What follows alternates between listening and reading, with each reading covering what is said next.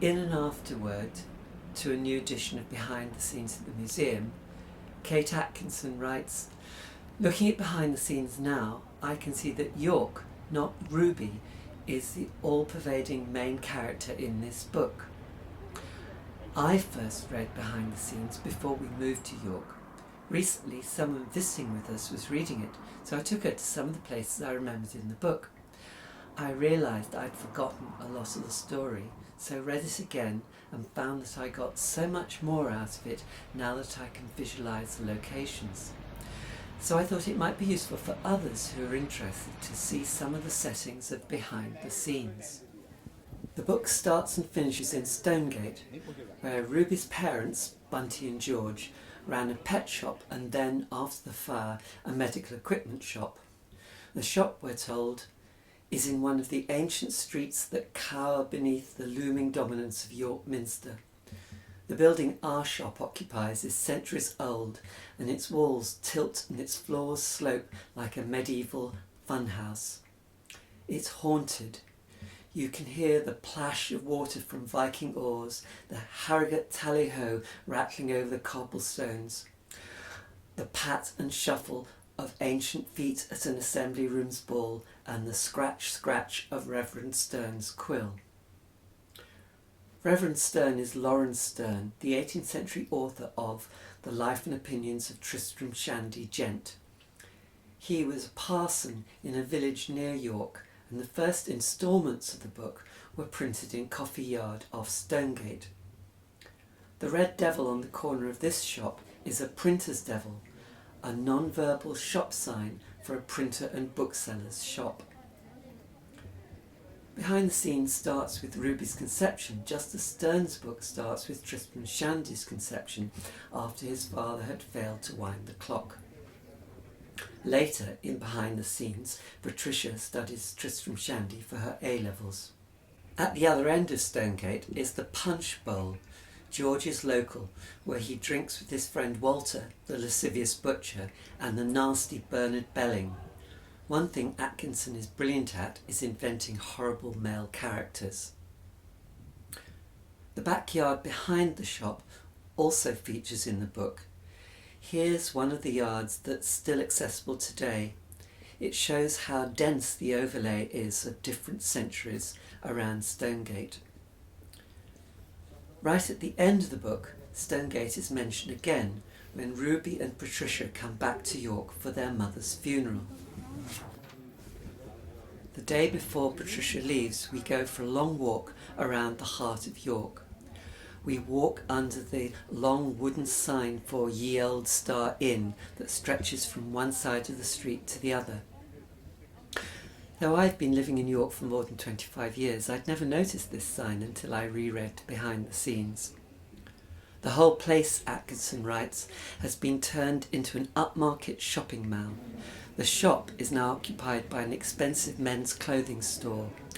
A rail of Harris tweed hangs where the rabbit cages once were. Above the shop there's now a cafe, a tea room. In the first chapter, Bunty takes Gillian to the museum gardens because she's read in her baby manual that children are supposed to play in parks. Therefore, some reluctant time has to be given over to fresh air, so she pays a precious sixpence at the gates of the museum gardens and guarantees that our fresh air will be exclusive. In the book, the sky is solid blue. You'll just have to imagine it. Beyond the park railings, a broad, calm river can be glimpsed, and ahead of us lie the pale fretwork ruins of St Mary's Abbey. Later in the book, when teenage Ruby is at Queen Anne Grammar School for Girls, Janice Potter has persuaded me to sign out with her. You can only leave the school in pairs, and you're supposed to stick together like glue to each other in case you're raped, robbed or lost. So she can go to museum gardens to smoke and snog with her boyfriend. Wikipedia says Atkinson herself was at Queen Anne's, which closed in 2000 and was a couple of streets from the park.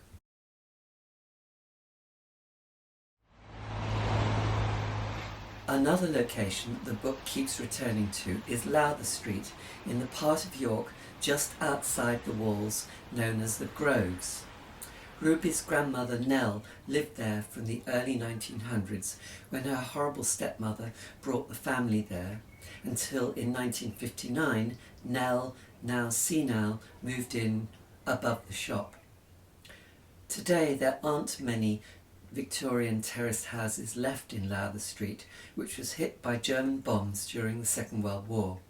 Nell's courting of Jack Keach mostly took place in the backyard at Lowther Street. When Jack and her brothers were going off for a picnic in Scarborough, she ran after them to give them the packed lunches she'd made, and then back to stand with her sister Lillian, quote, framed in pink clematis, watching the three men walk to the top of the cobbled lane, where they all turned and waved. Today, the two short bits of back lane that remain both have security gates. Jack died in the First World War and Lillian emigrated to Canada. During the Second World War, Lillian's son Edmund, now a bomb aimer with the Canadian RAF and based at an airfield just outside York, came to visit his cousins in Lowther Street before going to meet a girl at Betty's bar. In the book, he scratches his name along with other airmen on a mirror. There is an actual mirror in Betty's cafe with lots of scratched signatures on it of airmen from the war.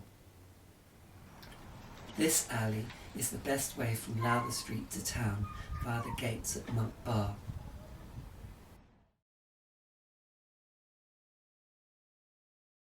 To take the scholarship exams for Queen Anne Grammar School for Girls, Ruby went to the jail-like depths of Fishergate School.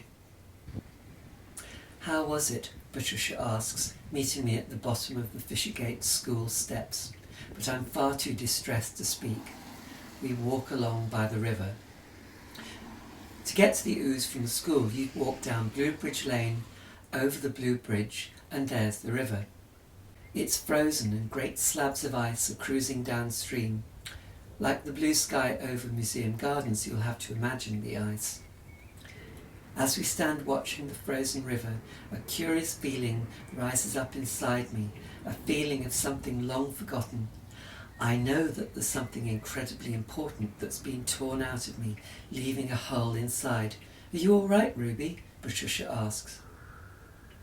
100 pages later, when Ruby is 5 years older, she eventually manages to recover this traumatic memory. Then, after they've finished their A-levels, Kathleen and Ruby fill the empty time behaving like tourists and go to the Castle Museum. Ruby tells the reader she's had a dream about the Castle Museum and that the secret museum at night was much more interesting than the daytime one, where visitors keep shuffling into Dick Turpin's cell and disturbing the peace. It's behind the scenes at the Castle Museum, not the Yorkshire Museum in the Museum Gardens, that gives the book its title. Kathleen and Ruby wander to the adjacent Clifford's Tower, then down to the river. There's too much history in York, Ruby thinks. The past is so crowded that sometimes it feels as if there's no room for the living. Perhaps this is why, when Kathleen suggests they get a holiday job in a hotel, Ruby agrees. The hotel, it turns out, is in Edinburgh. When Ruby leaves for Scotland, she never returns to live again in York.